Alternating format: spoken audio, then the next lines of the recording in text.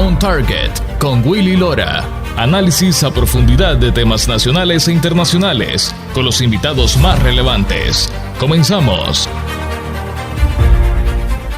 Bienvenidos a todos y gracias por estar con nosotros en esta nueva emisión especial de su programa On Target con Willy Lora. Llegamos a ustedes desde Vancouver, el estado de Washington. Quiero agradecer a nuestro público de la radio Acción 97.9 FM, 810 AM y 100.3.3 en alta definición y en la aplicación de iHeartRadio por su sintonía y permitirnos llevarles el análisis de los temas más relevantes a nivel nacional e internacional. On Target con Willy Lora. Durante esta hora estamos analizando y estaremos analizando varios temas que han dominado los titulares esta semana. Dentro de muchos temas importantes de esta semana, el tema de la propuesta del Partido Demócrata de tratar de pasar el presupuesto más alto y caro en la historia de Estados Unidos de 3.5 trillones de dólares en medio de una alta inflación ha sido uno de esos temas que ha dominado el análisis interno del futuro económico de este país. El paquete que propone la Casa Blanca lo hace a escasas semanas de que el Congreso pasó una legislación para el tema de la infraestructura por un valor de $1 trillón, algo que según muchos analistas económicos debería de preocuparle a los ciudadanos por el alto índice de endeudamiento, la inflación y una posible recesión económica.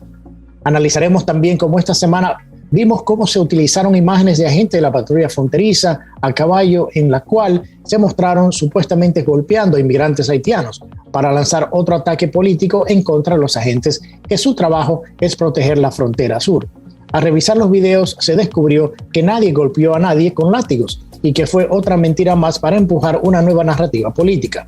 Y por último, analizaremos las últimas encuestas que ponen al presidente Biden en su momento más bajo de aprobación en su gestión presidencial con los votantes más importantes, los independientes, y también conversaremos del control político del Congreso para el 2022. Para analizar este y otros temas me acompañan varios colegas y amigos expertos en estos temas. El doctor Frank Fuentes, economista y representante de la República Dominicana en el Fondo Monetario Internacional, la doctora María Herrera Mellado, abogada y experta en temas de inmigración, y el analista político internacional César Grajales. Bienvenidos a todos y gracias por estar con nosotros este día. Fran, bienvenido al programa, hermano, ¿cómo estás? Muy bien, hermano, siempre es un placer estar en tu programa. Fran, los grandes analistas de temas fiscales en el país han dicho y han sonado la alarma de que el país va en dirección a una crisis fiscal a largo tiempo por el acelerado gasto público. El CBO, que es la oficina que analiza el presupuesto de Estados Unidos, indicó que de seguir en esta dirección para el año 2030, el gasto del gobierno federal estará llegando a sus límites. ¿Qué tan preocupante es este pronóstico para no solo el país, sino también para otros países que dependen mucho de la solidez de la economía de los Estados Unidos? El ritmo del gasto en los Estados Unidos, sin duda, Willy, es un tema de atención en la economía mundial, porque los Estados Unidos es la principal economía del mundo y las decisiones de política que se toman aquí tienen repercusiones mundiales. No solamente en América Latina, que somos el patio de esta economía en términos llanos, sino para todo el mundo. Y sin duda, ese ritmo de gasto está reflejando lo que sucedió en la economía el año pasado, obviamente, y en el mundo entero, con la contracción generada por las medidas de aislamiento que se establecieron por la pandemia, una contracción de menos 3.4%, que ni siquiera en los tiempos de la crisis de la gran recesión de 2008-2009 se llegó a esos niveles. O sea, estamos hablando de una contracción importante en la historia económica de los Estados Unidos, y recientemente el Fondo Monetario revisó a la baja el pronóstico para los Estados Unidos en el año 2021. Hay que entender también que, si bien es cierto que hay una necesidad de seguir apoyando la economía, pero hay que entender que ya el gasto público obviamente ha generado un déficit en el gobierno federal, y ese déficit en el gobierno federal se refleja en una deuda como porcentaje del PIB que ha crecido de manera sostenida. Ahora mismo la deuda como porcentaje del PIB está en los Estados Unidos, la deuda neta, en torno al 105% del Producto Interno Bruto, es decir, que ahora mismo los Estados Unidos debe tanto como produce en un año. Y esos son datos que, si bien es cierto, es una economía que todavía sigue siendo la economía más grande del mundo, pero no es menos decir, y no es poco importante decir, que esta economía tiene una carga de deuda muy importante, y la misma oficina del presupuesto ha dicho que esa deuda de seguir creciendo en los próximos 30 años, podría llegar hasta 200% del Producto Interno Bruto. Estaríamos hablando de niveles cercanos a los que tiene Japón, que es uno de los países, si no el país que tiene la deuda más alta. Entonces es un tema que hay que ponerle atención porque el ritmo de gasto va a seguir siendo mucho más alto que el ritmo prepandemia. Sí, porque inclusive hace solo unas semanas el Senado pasó $1 trillón para un proyecto de infraestructura. Todavía está en la Cámara de Representantes. Ahora la Casa Blanca y los demócratas quieren pasar el presupuesto de gastos públicos más alto en la historia de Estados Unidos, $3.5 trillones, eso por encima del $1 trillón que acaba de pasar en el Senado. En el momento en que la inflación también se ha disparado, como tú decías, y aunque haya una proyección de baja para el año que viene, ¿es esto una política fiscal saludable para un país que no se recupera del impacto de la pandemia y los cambios de modelo también de negocio? Acuérdate que esto reduce en cierta manera la recaudación de fondos por parte de los impuestos, lo cual no ha crecido de una manera significativa en los últimos 2 años. Sí, mira, este paquete de gasto que los demócratas están impulsando en el Congreso es un paquete que se va a desarrollar a lo largo de una década y que ellos quieren conseguir su aprobación ahora porque están buscando de alguna manera hacer un impulso de infraestructura en términos educativos, en términos de atención médica y sobre todo en términos de cambio climático, que los Estados Unidos en esta administración ha mostrado un interés de invertir en la reconversión de su sistema productivo para hacerlo mucho más verde, que es una tendencia que también se está dando en Europa. Ahora mismo la economía se podría decir que requiere un ritmo de crecimiento más elevado para tratar de ir apaleando las necesidades de deuda que tiene, pero el gobierno federal debe de procurar ser eficiente en esa inversión que va a hacer.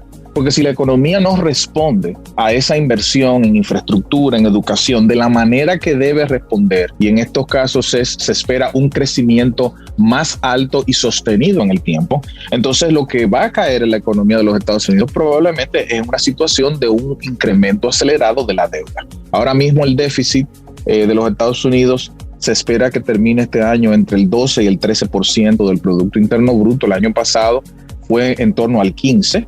Pero ese porcentaje que se va a terminar en este año va a depender del crecimiento, porque si la deuda, si el crecimiento crece, pues la deuda se estabiliza. Sin embargo, ahora mismo, como tú bien decías, estamos en un entorno donde la inflación está empezando a dar signos importantes de incrementos sostenidos. Ahora mismo nosotros vemos que este incremento se está dando principalmente por el incremento en las materias primas, el petróleo, a nivel internacional. Y por eso la Reserva Federal no ha reaccionado aumentando las tasas de interés, porque entiende que esto es un aumento pasajero de la inflación, porque todavía el mercado laboral de los Estados Unidos está muy débil y todavía la economía no tiene pies firmes para poder determinar que este aumento de la inflación es realmente algo que se va a extender en el futuro. Sin embargo, en medio de esta situación, ya la Reserva Federal, en lugar de hablar de incrementar tasa en el 2023, ya ha dicho que a mediados del año que viene podría estar aumentando tasa, lo que quiere decir que la Reserva Federal está viendo que si la economía empieza a reaccionar más rápido de lo que se espera, pues entonces ellos van a tener que reaccionar. Cuando la Reserva Federal aumenta su tasa, eso quiere decir claramente de que ya la economía empezó a reaccionar, pero al mismo tiempo de que esa inflación es ya una amenaza para la estabilidad. Claro. Algunos analistas también en la materia que consulté, otros analistas esta semana, me decían que los demócratas deberían de reducir sus planes de gastos y alinearlos a la recaudación de impuestos que ellos plantean subir, porque según estos analistas no es cierto de que solo van a pedir, van a subir los impuestos o a pedir que los ricos paguen más impuestos, sino que al final el aumento de impuestos es para todos. ¿Concuerdas tú con ese análisis? Mira, Willy, balancear el presupuesto, más que un deseo, es una necesidad. Y ser responsable en términos fiscales es fundamental para la estabilidad. Los Estados Unidos se lo exige a otros países, los organismos internacionales se lo exigen a los países emergentes, a los países más pobres. Los Estados Unidos no puede tener un privilegio en cuanto a eso, tiene que ser fiscalmente responsable. Ahora bien, hay dos formas y dos enfoques con respecto a esto. ¿Cómo tú logras un presupuesto balanceado? Las visiones son encontradas. Los liberales tienden a decir, bueno, para nosotros balancear el presupuesto lo que tenemos que hacer es aumentar los ingresos fiscales, porque no vamos a bajar el gasto, porque el gasto hay que mantenerlo, porque hay que dar muchas ayudas, hay que dar mucho gasto social. Entonces vamos a aumentar los ingresos fiscales para balancear el presupuesto. ¿Cómo lo logramos? Poniendo el impuesto a los ricos. Y esta visión, como tú sabes, no solamente viene desde congresistas liberales como Bernie Sanders y Ocasio-Cortez, sino que también viene de algunos economistas que han hecho incursiones en esa área y han investigado en torno al impacto que tiene el que los ricos tengan pocos impuestos con respecto no solo a los gastos fiscales, sino también a la desigualdad que está subiendo en los Estados Unidos, como son Emmanuel Saez, Tomás Piketty, que son economistas franceses, y Gabriel Zucman, que es un economista argentino. Sin embargo, nosotros sabemos que en los Estados Unidos y en muchos países desarrollados, las tasas impositivas a los ricos tienden a ser más bajas, no porque se quiere privilegiar a los ricos, sino porque los ricos no generan su riqueza de los salarios, como genera la clase media, sino que lo generan a través de los ingresos que generan el capital que invierten. Entonces, esos ingresos de capital, pues, le generan un impuesto mucho más bajo, porque ellos son los que crean la riqueza, ellos son los que crean los puestos de trabajo, ellos son los que invierten en las empresas. Esa es la realidad. Sí. Pero por otro lado está la visión conservadora de esto, donde se dice si la única manera de balancear el presupuesto es reducir el gasto, no reducirlo para igualarlo a la recaudación, que es lo que tú estás diciendo, y eso es una manera que es viable y es una manera que se entiende que es la menos distorsionante de todas. ¿Por qué? Porque con eso tú logras que la gente que está invirtiendo no sea penalizada por su inversión.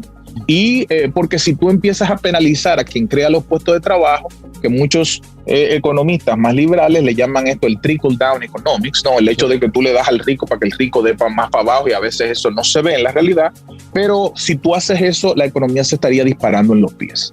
Entonces, esas dos visiones que están muy bien representadas en el Congreso de los Estados Unidos entre demócratas y republicanos son las que muchas veces no pueden lograr un acuerdo y encontrarse en el medio, porque el problema del exorbitante gasto que muchas veces promueven las administraciones demócratas tiende a ser desestabilizante en el futuro, ¿no? Entonces, por eso los republicanos tratan de ser de alguna manera un contrapeso a esos aprestos de mucho gasto, que tienen mucho sentido económico lo que están haciendo los republicanos. Yo sé que independientemente de cuál es el partidarismo del que nos está escuchando, hay que entender de que ambas lógicas tienen un sentido ahora mismo con la pandemia. Gastar más es algo que muchos países están haciendo. Sin embargo, yo creo que hay que ser prudente, y yo creo que lo que están planteando los republicanos tiene sentido y debe de escucharse, porque no creo que, si bien es cierto este plan de infraestructura va a pasar porque tiene los suficientes votos y solamente se están haciendo los aprestos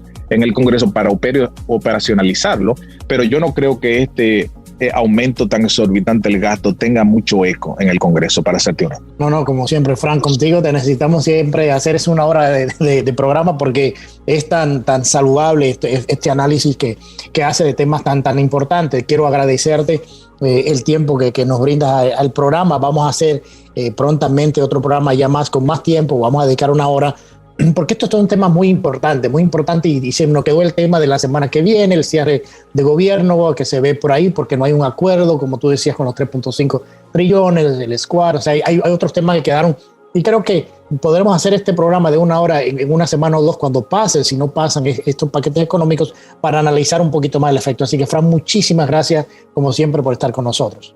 Excelente, hermano. Para mí siempre es un placer. Bueno, señores, vamos a nuestra primera pausa. Al regresar, inmigración, vamos a conversar sobre la crisis en la frontera y lo que está pasando con la inmigración haitiana. Ya regresamos con más. On Target con Willy Lora, periodismo auténtico y objetivo. Ya regresamos.